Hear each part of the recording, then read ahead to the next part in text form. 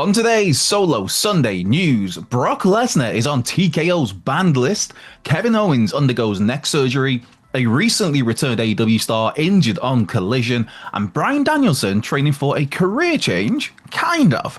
Hello and welcome to WhatCulture Wrestling, the Solo Sunday news. Myself, Andrew Pollard. I hope you're good, I hope you're well, I hope your weekend is going as well as possible. For me, yeah, my weekend was spent getting up at 6 a.m. on a Saturday to watch my beloved Wrexham get beat, though I did get to see the new I Know What You Did Last Summer on Friday, so it's not all bad for me. I mean, a new I Know What You Did Last Summer movie here in the year 2025 that's got a theatrical run, no less, and is actually, pretty darn good. What a time to be alive. Speaking of which, if you pop over to What Culture Horror, there'll be a spoiler-free review of that movie up in the next day or two, just saying. Also, just saying, ahead of TNA Slammiversary tonight, which is a properly stacked lineup, be sure to check out our interview with TNA World Champion Trick Williams, Mr. Trick and A, Trick Willie.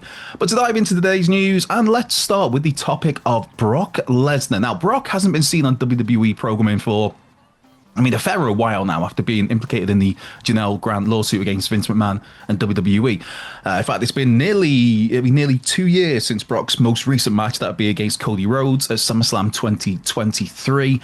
With plans then for the Royal Rumble 2024 for Brock, they were put on hold. WrestleMania 39 plans were scrapped. There was rumblings at the time that it was going to be Brock and Gunther at that WrestleMania, but yeah, everything was just completely dropped, and Brock has been absent from TV for like I said, nearly 2 years now. While there have been occasional references to Lesnar at times, just on this past Friday SmackDown, Cody mentioned the Beast, and he didn't flinch, and yada yada yada when he was doing this promo. The Brock return, it looked highly unlikely at any time while this lawsuit is active. But according to a particular MMA icon, Brock is supposedly on a TKO banned list. That MMA icon, that would be former UFC light heavyweight champion and former UFC heavyweight champion of the world, Daniel Cormier, DC. Yes, man, I love me some DC. These days, he's a commentator and analyst, has his own YouTube show, has the Brilliant Good Guy, Bad Guy podcast with Chael Sonnen, another personal favorite of mine. And not just is Daniel Cormier one of the modern day MMA greats, but he's also a big wrestling fan. I remember a video at the time of Seth Rollins' Heist of the Century, WrestleMania 31, and just Daniel Cormier recording his reaction, and he's just losing his mind. I think that was the first time I realized, DC's a wrestling fan. He's also a big wrestling fan who came extremely close to fighting Brock Lesnar in the cage.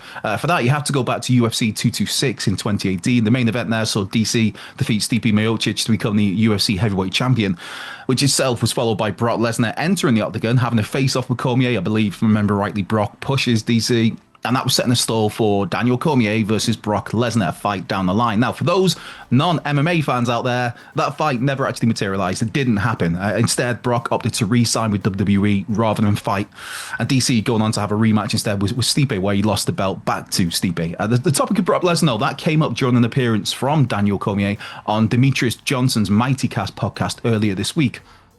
Again, if you're not an MMA fan, Demetrius Johnson is one of the greatest of all time, a genuine, bona fide Mount Rushmore fighter, the inaugural UFC flyweight champion, set a record with 11 consecutive title defenses, and much like Daniel Cormier, Mighty Mouse is a properly entertaining fella who also has his own podcast, which I listened to earlier in the week, but I've been off work until today.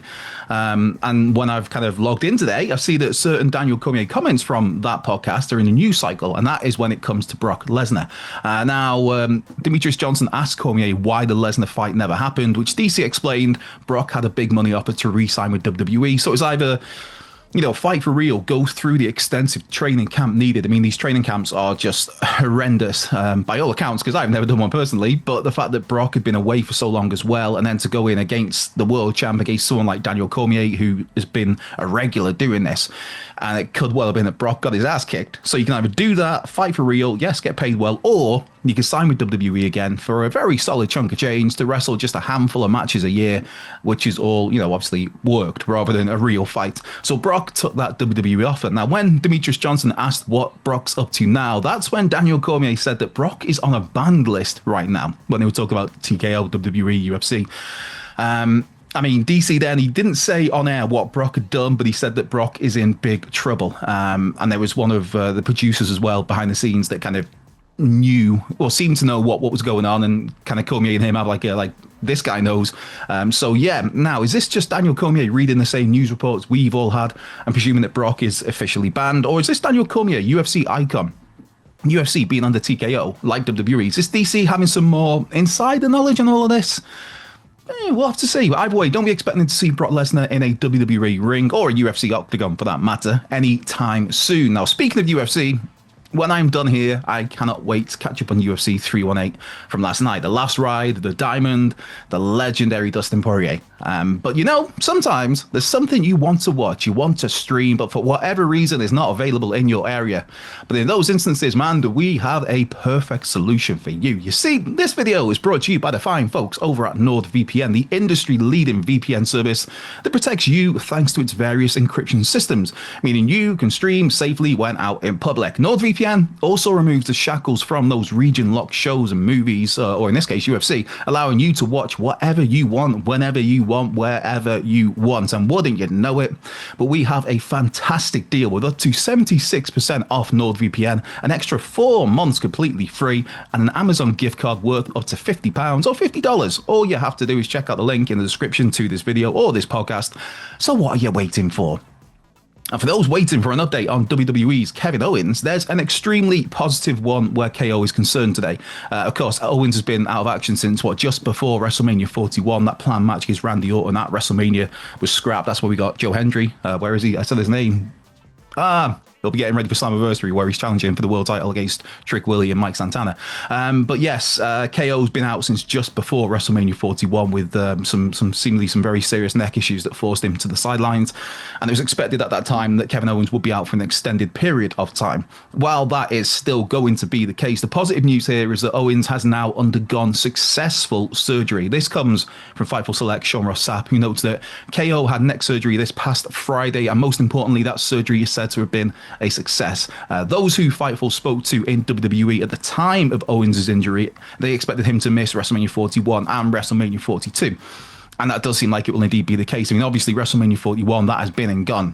But the source told Fightful that the expected recovery time for such a surgery is 1 year at the minimum. So, given how the surgery it only took place this past Friday, that seems to, that points, if you look at it realistically, it points to Kevin Owens being out until at least this time next year. I mean, of course, each case is different. Each recovery is different. Each body is different. It could be a little longer for Kevin Owens. It might be a little bit less for Kevin Owens. It all depends on how he heals up. But at least it's good to know that he's now gone under the knife and that all went well, most importantly. I mean, best of luck to KO in his recovery from all of us here at WhatCulture Wrestling. Genuinely one of the best in the world and an MVP of WWE for so many points in more recent years.